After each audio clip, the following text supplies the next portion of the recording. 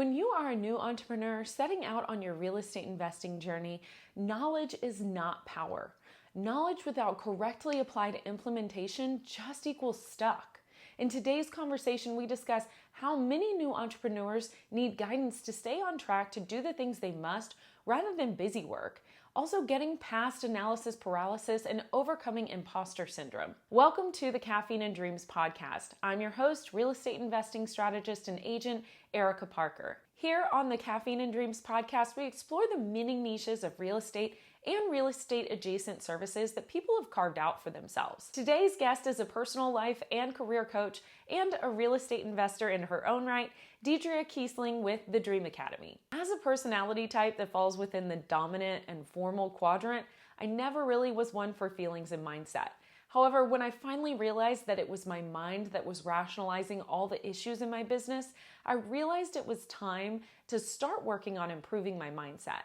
And since then, my business and implementation have skyrocketed. Deidrea's background includes over 30 years of corporate consulting and 5 years of coaching. She specializes in coaching women entrepreneurs leaving their corporate jobs to pursue another plan for their lives. She helps them to focus on the right activities to get the ball rolling in their business, and several of her clients are real estate investors like you and me. Men, don't run off. This interview will be helpful to you too. Now, let's get to the conversation. Hi, Deidrea. How are you doing today? Hi, I'm great. Happy to be here. Great. So with everyone, I always ask them my first question, what is your caffeine of choice right now? Well, today I am drinking coffee that I made at home. And my husband and I both are kind of picky about our coffee and our coffee machines. So we mix our own beans. We mix it up.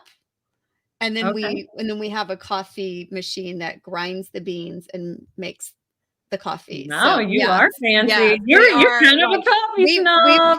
We also have a Keurig, like if we have to get some caffeine going. But yes, we're a little bit of a coffee snob in our house over here.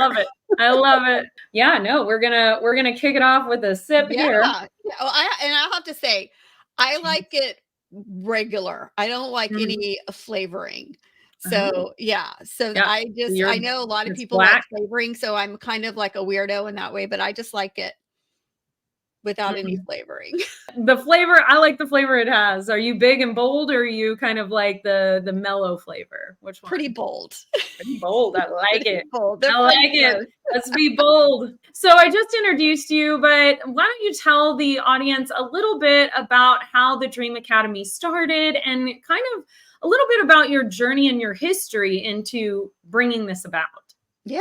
So I was in corporate pretty much my entire career as a corporate consultant and project manager. And I had left 5 different times to start my own business. I had always dreamed of being a coach and a speaker since I drove around in my dad's Cadillac as a teenager listening to Zig Ziglar cassette tapes. I always loved motivational talks and inspiration and coaching. So it was always what my calling was, but it didn't seem reasonable or practical. And this was in the late 80s, early 90s. There wasn't a career path to be really a coach and a speaker. So I did took the safe route, went to college, got a master's, my MBA, and started in corporate consulting. But I always wanted to be an entrepreneur, really to do what I'm doing now, which is to be a coach and a speaker. And so what happened was I would get these big ideas that I would go start a business or, step out into an adventure of entrepreneurship. And I'd make this decision, I take action, I get a little bit of progress, and then I go right back to my comfort zone of my career. And I did that 5 different times over the course of my career, making a leap, trying out a little bit, and then went right back. I did that 5 different times. Wow. And then Christmas Eve, 5 years ago, I was sitting at the dining room table with my dad. It was the first Christmas without my mom. And we were sitting there reminiscing, and I looked up and I saw the light of the Christmas tree. And in that moment, I just thought, what am I doing with my life? This is not a dress rehearsal. And I had been, climbing the corporate ladder. I spent more time in airplanes and boardrooms than I had around the dinner table with my family. And in that moment of looking at the Christmas tree light, I made a decision. I was not going to let another Christmas go by without doing what I would love. And so as I sat there looking at the Christmas tree light and making that decision, I didn't know what the Dream Academy was, but I just had this idea for an academy. I just wanted an academy or school or something where women could come together and we could learn and grow and really create our dream come true life. And so I started Googling different URL names for this school that I was going to create, and I would have an idea and then I Google it and it wasn't available. So you know how you can go to GoDaddy and like see if something's available. So I tried one and it wasn't available. And then like, okay, I think of another one and then I try it and it wasn't available. And then I was like, okay, I really just like paused and like closed my eyes and really thought, what is it that I want? And then it came to me, the Dream Academy. It's an academy where women can come and study to create their dream come true life. And so I put in thedreamacademy.com and it was available. And so I clicked purchase and went to check out. And then I saw that it was $4,000. Oh no. And URLs are usually like, $9.99 or $29.99. And so in that moment I saw $4,000 and I thought, I thought two things. I thought that's a lot of money. And then I thought that's a really good idea. Yeah. And I had only made $2,000 as a life coach. I just become a certified life coach a few months before that. And so I was about to pay $4,000, twice what I had made as a coach. But in that moment, I knew I made that decision that I was going to create this Dream Academy. I was going to go all in on what I would love. And so I clicked purchase on Christmas Eve, 2019, and the Dream Academy was born. I love it. I love it. That's amazing. So you got it. You got your dream. So what, there are a lot of people out there that kind of that have heard this term life coach. But what exactly, how do you describe what a life coach does and what they can bring to a woman entrepreneur, a woman in real estate investing, what they're looking for from you? What is that exactly? Well, so a life coach is really a broad term, and people have different definitions of it. My definition from the school that I was trained at, the life coach school, a life coach is really a coach that will help you see what you are thinking and help you tap into your own inner wisdom. So in the purest sense, a life coach really holds the space for you to tap into your inner wisdom and help you see what we call them blind spots, or you can call them paradigms, patterns that we run our life by that we're not aware of. So that's one of the things that a life coach can do, is help you see the blocks that are holding you back that you don't realize are blocks. So for example, I had a consultation call with a prospective client yesterday. And one of the things I do when I meet with my prospective clients, and this is what I do with all of my clients, is I ask them this powerful question, which is, what would you love? And sometimes that's the first time anyone's really answered that question, because usually we ask what we should do, what we think we should do, what we're good at, what other people tell us we should do. So we have all these requirements of what we think we should do, which is what I did. I thought I should be in corporate because I had an MBA and I was really good at it and I made a lot of money. And then the longer you stay, the more experience you get, you move up. So that was realistic, rational, reasonable. But when you really ask the question and answer it, what would you love?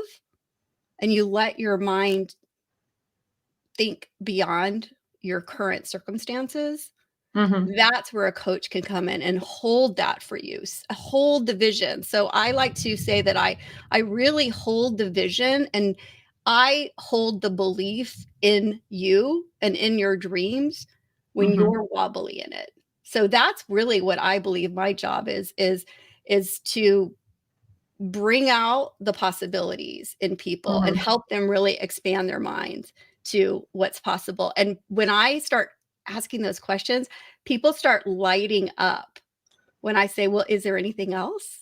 Is there anything else? And all of a sudden it's like, I want to live in 40 acres and I want this. And all of a sudden their minds just start expanding to what's possible. So I feel like that's what a coach does, because on our own, we are very limited to what we want in life based on what is reasonable and possible. And so as a coach, I help you expand your belief. What is something that people don't know about your business and about business in general? Like, what is, when they go into doing this life coaching and they go into entrepreneurship, what is something that they just don't know about business?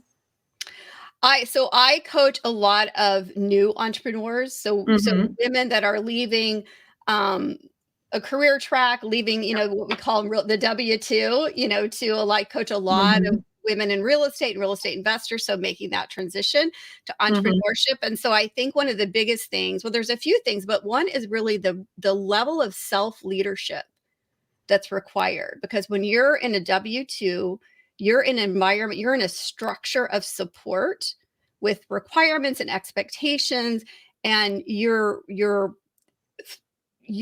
told what to do in a sense. I mean, depending on what level in the organization, you might just be told what your expectations are.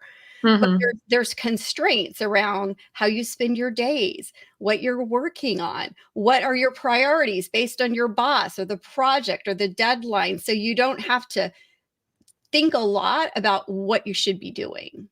Sure. Yeah. Or what's going to be the most important thing, like in corporate, to drive the corporate goals. But when you're an entrepreneur, you have to decide all of that. You have to decide what you're selling, what your service is, what your pricing is, what your territory is, what your specialty is, what your prices are, and then all the things that go with that. How are you going to sell? How are you going to market? What are your systems? How are you going to network? So there's all these different pieces that when you look at it can be a lot. Oh yeah. And it's like, how do you know where to start? And so just like I went back to my comfort zone every time I tried to start my own business, it's our human nature to go back to our comfort zone, to keep ourselves safe. And so what I see a lot with new entrepreneurs is doing things that seem reasonable. And it's really busy work. Doing a website, getting business cards, taking another class. That's what. Let me just take one more class. Let me go to one more seminar. Believe me, I went through that. And I went through that. I was like analysis paralysis, left all the information. I had that problem for sure. And because we're entrepreneurs, no one's going to come up and say, okay, enough of that, get to work. So as entrepreneurs, we have to have that self-leadership in ourselves. And that's another thing that a coach can do. So the coaching that I do is that mindset piece that I was talking about, really helping you manage your mind and your mindset. And then the other person, like the practical, let's get to work and what to focus on and what's, how are we going to drive your revenue and your business goals? But it's hard to do that alone, because we don't know what to focus on and what to start on. So we'll focus on the things that are safest. And then we'll justify that it's very reasonable that we need another certification, that we need to go one more class. It's really important that I need get that website just right, or even like Instagram or whatever it is. And I call it buffering. We're really buffering against the uncomfortable emotions that are coming up when we step out of our comfort zone. And so as a coach, that's one of the things I help my clients with, is notice that discomfort. And then I help with tools to navigate that so you can keep going.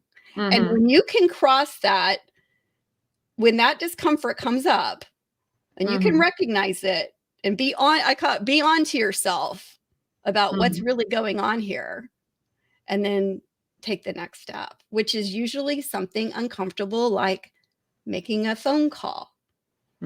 Going to a networking event, but actually having a meaningful conversation with someone, right? Because even networking events, I went, Oh yeah. Got some business cards. And I mean, like, I correct me if I'm wrong, but this is something I dealt with quite a bit when I first started out as a real estate investor, was imposter syndrome. Yeah. And I feel like women more than men, and maybe that's not correct, but I feel like women almost have it more so than men do a lot of times, because we feel like we need to get to a certain level. It's the same thing about like not applying for a job until we have every single thing ticked off the box. Like, whereas guys tend to do it if they have like 7 out of 10. Mm-hmm. You know, it's like almost like we feel like an imposter until we finally have done so many, or we have so much expertise. So do you deal with that a lot in the Dream Academy? Yes, in fact. And so in my podcast, this is Success-Minded Woman, I did 2 different podcast episodes, a part 1 and a part 2, because I had so much to say. Oh, I bet. About imposter syndrome. But one thing I will say is that the term imposter syndrome came from a study that was done on high achieving women at Harvard that were having problems in school. And the study came out of that. And that's where they came up with the term imposter syndrome. So you're right. It affects more women than men. It was actually came from a study about women. I didn't know that. That's really interesting. I had no idea that was where it came from. These women weren't meeting the same markers that the men were, and they were trying to figure out what was going on. And it was because what they ended up calling this imposter syndrome is they didn't feel like they had enough information. They weren't far enough along. They weren't fully equipped or capable. And what it turns out is that it's the social conditioning that we have as women. And so part of it is like breaking through that social conditioning, understanding that we are capable. We are, just as capable as any man. And I think sometimes more. But what I would say about imposter syndrome is, so number 1, yes, women have it more than men. And I would say 2, it's okay. And this is what I say a lot. So what? Yeah. Do it anyways. Yes, you have imposter syndrome. And I will also say that you should. When you're doing something new and it's scary and you don't have a lot of experience and you haven't been doing it for long, you should have some imposter syndrome. And I will tell you, if you don't have imposter syndrome when you are trying something new, you have waited too long to start. And if you waited until you didn't feel fear, you're late. And think about all the money you left on the table getting ready to start. It could be millions and millions of dollars. Oh gosh. I don't even want to think about it, honestly. Like, oh geez. But here we are, right? And so and that's why the skill of handling the discomfort, of managing these emotions in moment by moment, day to day, is the superpower for success. And when we can really develop the skill of being with the discomfort, my coach and mentor, Brooke Castillo at the Life Coach School, this is one of my most favorite quotes. She says, discomfort is the currency of our dreams. Ooh. And so if you think about currency, right, something that you're paying for. So if you think about every time you're stepping out of your comfort zone, every time you're feeling uncomfortable, every time that's coming up and you're feeling like a fraud and you don't know what to do and you're scared and you're nervous, you just know, I'm making a deposit in the bank of my future. Ooh, and so then when you really, and I visualize it, like in my mind, I visualize a bank. I call it the bank of the universe, and I'm making a deposit. And how much deposit am I making today? I like that concept. So you've kind of focused the Dream Academy on women. What is it that drives you to do what you do and to do the personal coaching, especially towards women that are looking to become entrepreneurs? Well, it's really what I wish I had when I had left all those times, all those 5 different times that I left corporate to start my own business. If I had had the Dream Academy, if I'd had a coach, the kind of coaching that I do, I would probably about the second or third time I left, I would have stayed, because I would have had a structure of support to help me. And when I think about the money that I left on the table, if I had,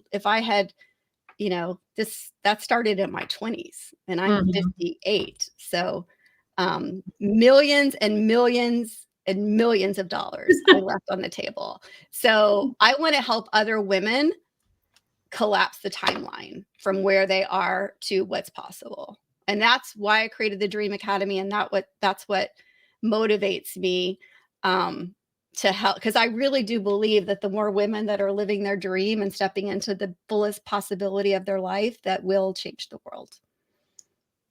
That's awesome. I know that like we all kind of deal with, having really great times and really hard times during our career. So maybe share some of your highs and some of your lows and how you got through those to help some women out there that are maybe going through that same situation and stuff. I'd love to hear more about that. Well, I think the highs for me were some of the big achievements I had in my corporate career. They were, I would say, short-lived, because as soon as you get a promotion, then the whole expectations for you, expands, and then you're at a new level, of what's expected of you and what's expected of yourself. I think that's also one of the reasons why I'm a good coach, is I've put myself in a lot of rooms that I felt like I didn't belong in. So I really have developed that imposter syndrome muscle. And moving beyond it. Yeah. So I think for me, some of the highs as far as like professionally have been some of the achievements I had in the corporate world. But probably the biggest ones have been starting this business. And when I had that first client who had that first significant achievement in her life that I don't think she would have had at the time if she hadn't had a coach.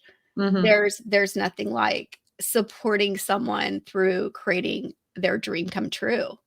So I would say that's probably one of the biggest highs of my career, is when I had that first client, and my first two clients, and they were both women in real estate, and seeing them blossom and seeing them step into really what's possible for them. And both of them are thriving now. So that's definitely one of the highs. Sure. And well, what are some of your lows too, though? Because like I know that you said you did speak about going out and trying some things and coming back and that sort of thing. Is that considered some of your lowest lows and how you got through it? Or are there some that you've walked across even after you left permanently the corporate world? I would say none of those, when I went back to corporate ever, they never felt that low, because that's the thing about this comfort zone. It feels very reasonable. No one would argue that was of course you went back to corporate. That was, you didn't have enough money to support, you have 3 kids. And that's the thing about these dreams, that most people will agree that it's not the right time. So I had a lot of support in justifying my decisions going back to corporate. So yes, a part of me had that dream that was still inside of me. But I think the lowest lows is really what my corporate career was costing me, with my own personal health and well-being, and with my relationships. I traveled a lot. And so I wasn't home a lot when my kids were little. And so that, I think, was the biggest lows of just when I really started realizing what it was costing me, what my career was costing me. And I think one of the biggest like lows, if I have to just like pick a moment, was I was taking my kids to summer camp, which is this fun, time of dropping them off at summer camp. And, we were hanging out with the parents, and the kids were all playing before we took them to camp. And I had to go. I had to fly to Mexico that night to run a meeting. And it hurt that I had to do that. And so that was probably, and then sitting in that hotel room and in the boardroom that week in Monterey, when everyone else was at camp having fun. Yeah. It was those nights in the hotel rooms alone. Well, thank goodness you got through it. Yes. How did you get yourself through it? Like, did you have to, was it certain techniques that you now tell some entrepreneurs? Because honestly, we still go through lows, even as entrepreneurs. I know I have gone through, I still do it sometimes, but like, if I have to leave on a weekend to go do an open house and not be there for my kids, I feel like, oh, am I failing them because like I didn't get a new lead coming in? And so like, how do you get through those lows and through those hard times as even an entrepreneur? Well, I think it depends on, I think with family, I like to say you can't have everything all at the same time. So there's always going to be some decisions that you have to make as far as how you spend your time and energy. But I think as an entrepreneur, we do have more control over that. But I do think there's always going to be times when we're probably working and we would rather, be with our family. So I think that's part of it, right? That's part of the that's part of the work, But for me, what's different than when I was, alone in the hotel room in Monterey after leading, I would be leading these big, meetings, and it just took a lot of energy, and I would just be so tired. And choosing work that energizes you and that you love helps a lot. So I think being in alignment with what really lights you up. And then for me, as an entrepreneur, sharing that with my children. Maybe when your children get older, you can take them to open houses. One of my dreams, and this is what I love about dreams. Sometimes, because I do a lot of visioning, like we really create a vision and then create the mental images and then spend time in the mental images of your vision. And what happens is you'll look up and you're living a scene in your vision without realizing it. And that's what happened to me. One part of my vision was that my family would be part of my events. I do workshops and speaking events. And my vision was that my husband and my kids would be at like the back table where people could sign up in my, coaching programs. And that my kids would be like running the mics, for people to ask questions. So this is all in my image. When I gave my first in-person workshop as the Dream Academy workshop, my son wanted to go with me. He wanted to help set it up and everything. And I didn't even make all the connections in my mind until I was standing up at the workshop. I was looking up, was telling part of my story. And all of a sudden I see my son there, and it just hit me. I'm living my vision. And I didn't even make all the connections. And that's one of the things I love about visioning and really doing what you would love, is that yes, there's sacrifices and yes, there's hard times, but when your family's on board with the mission of your dream, it can be a whole family experience, right? That everyone, like my kids are so invested in my success. And I share my big dreams with them. I have a big dream to win this big speaking competition next year. And you speak in this huge stage with like 40,000 people. And I showed the video to my son and my husband about the winner last year. And I said, I'm going to win that competition next year. And so they're always asking me like, how's it going with the speaking? And so I don't know if I'm really going to win. I'm holding the vision for it, but being able to share those dreams with my family and being an example for them of stepping into my dream without really knowing how it's all going to work out. That's a big part of it for me. And I encourage all of us as entrepreneurs to really share the journey with our children and get their buy-in of why we're doing it. And that get them on board. I know for a lot of people in real estate, they want their kids to learn about real estate and, they have 1099 the kids and all, all of that. And so I love sharing this entrepreneurial journey with my children. And so it makes it easier when I go because they know why I'm going and that it's important. Sure. Speaking of childhood, what was maybe a big impact for you in your childhood, and like what did they teach you? What did that person teach you? If it's a situation or if it's a person, I'd love to hear more about that, since it sounds like childhood is a big part of what you're saying to share. Well, I'm a third generation entrepreneur. Oh. My grandfather was an entrepreneur. He had a real estate, life insurance business. Oh. I grew up in Harlingen, Texas, down in South Texas. And so Mm-hmm. he had a life insurance business. And then when he died, my dad took over the life insurance business. So my whole childhood, my dad never had a job. He always had a business. And so as a little girl, I would go to my dad's office and do filing. I would, put papers in file there. I know. I would like type on the typewriter, like type. This is, this is a long time ago. And I just did that at my grandma. And sometimes I would go on to business meetings with him. And so I just grew up in that entrepreneurial environment. And most of my dad's, like my parents' friends were all entrepreneurs.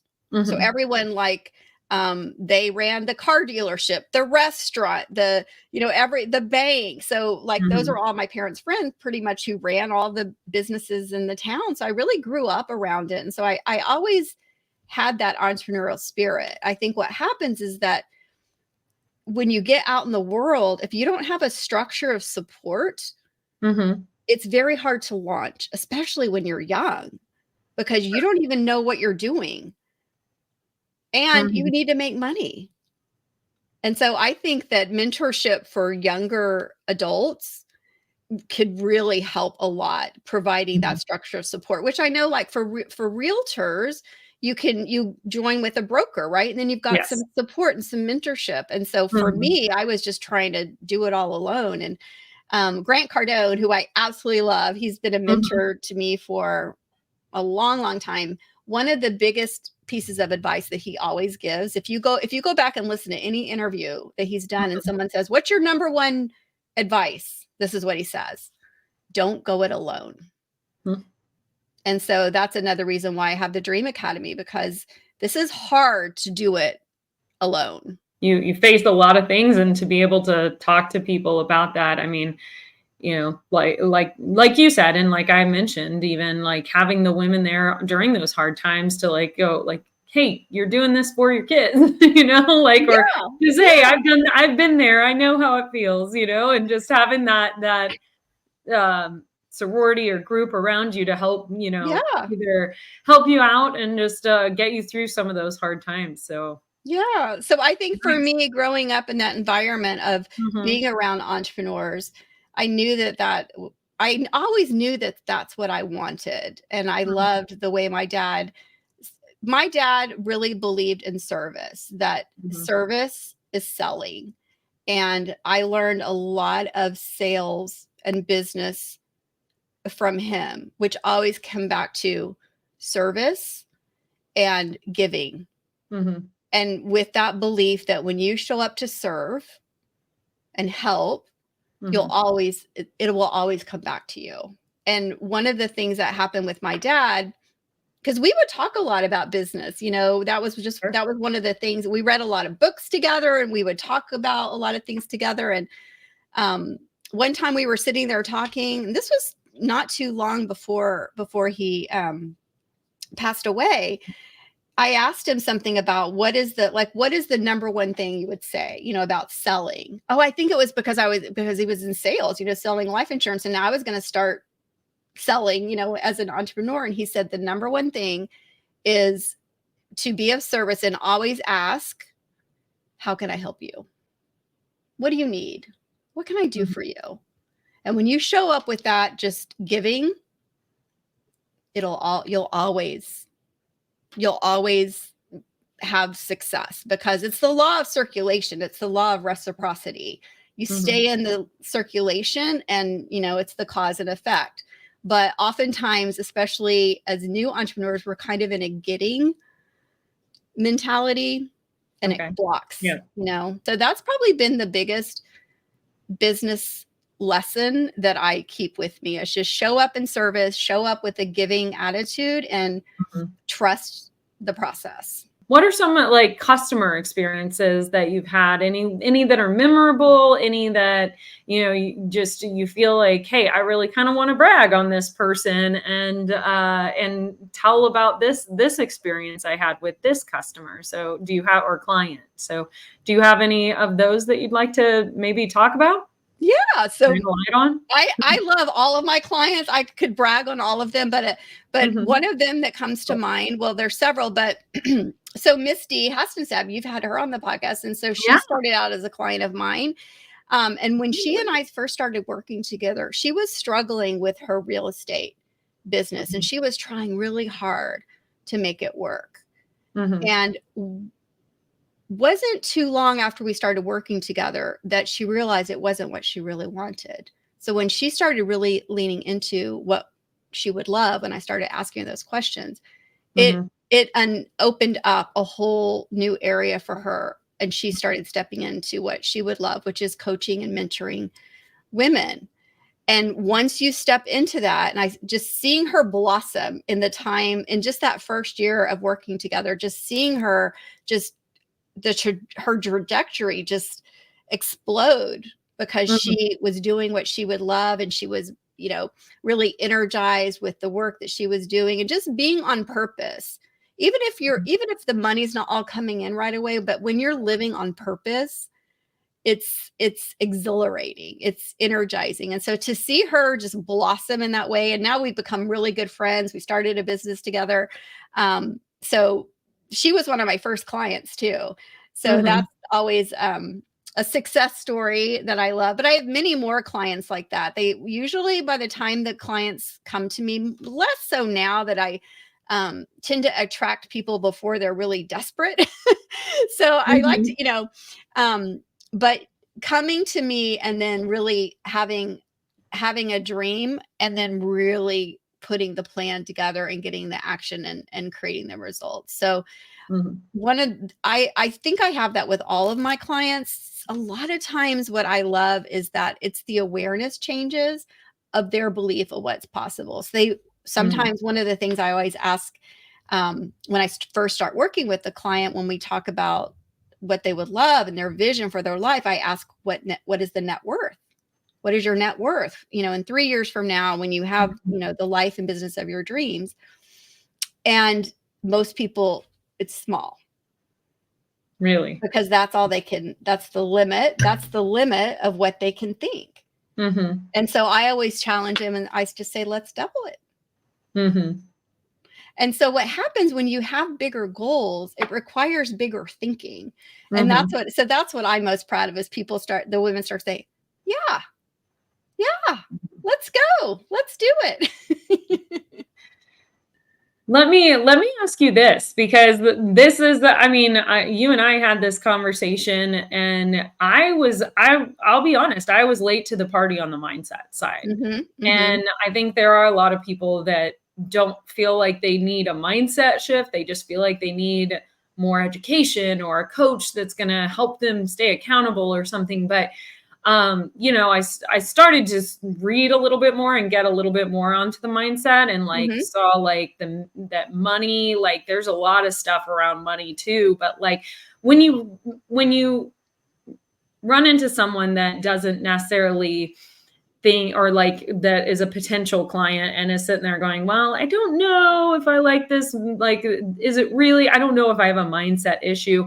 What do you normally talk to them about in that and identifying, and explaining how the mind actually can justify and hold you back and that sort of thing? Is there, you have one of those conversations?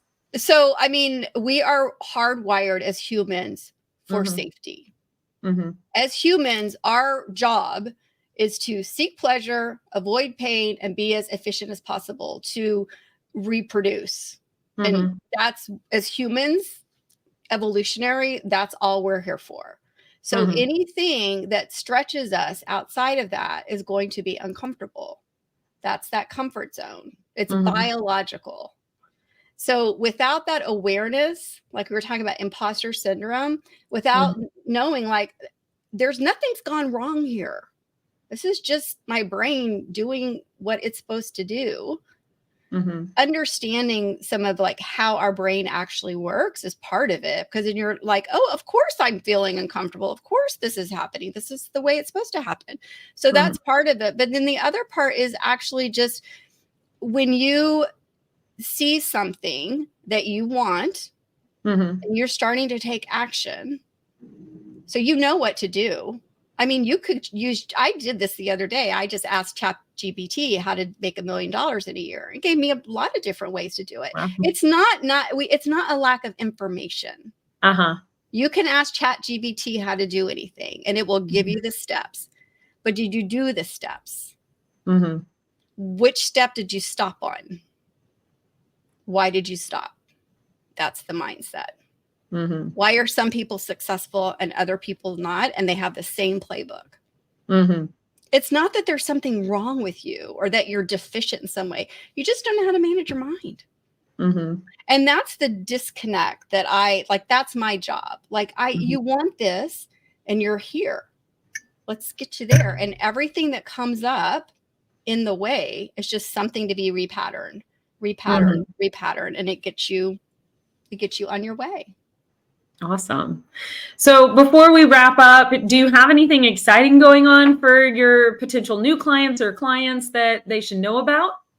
So I don't know when this episode's coming out. So I do have, I do a webinar once or twice a month around visioning, the power of visioning. So you can always go to my website, thedreamacademy.com, and just register.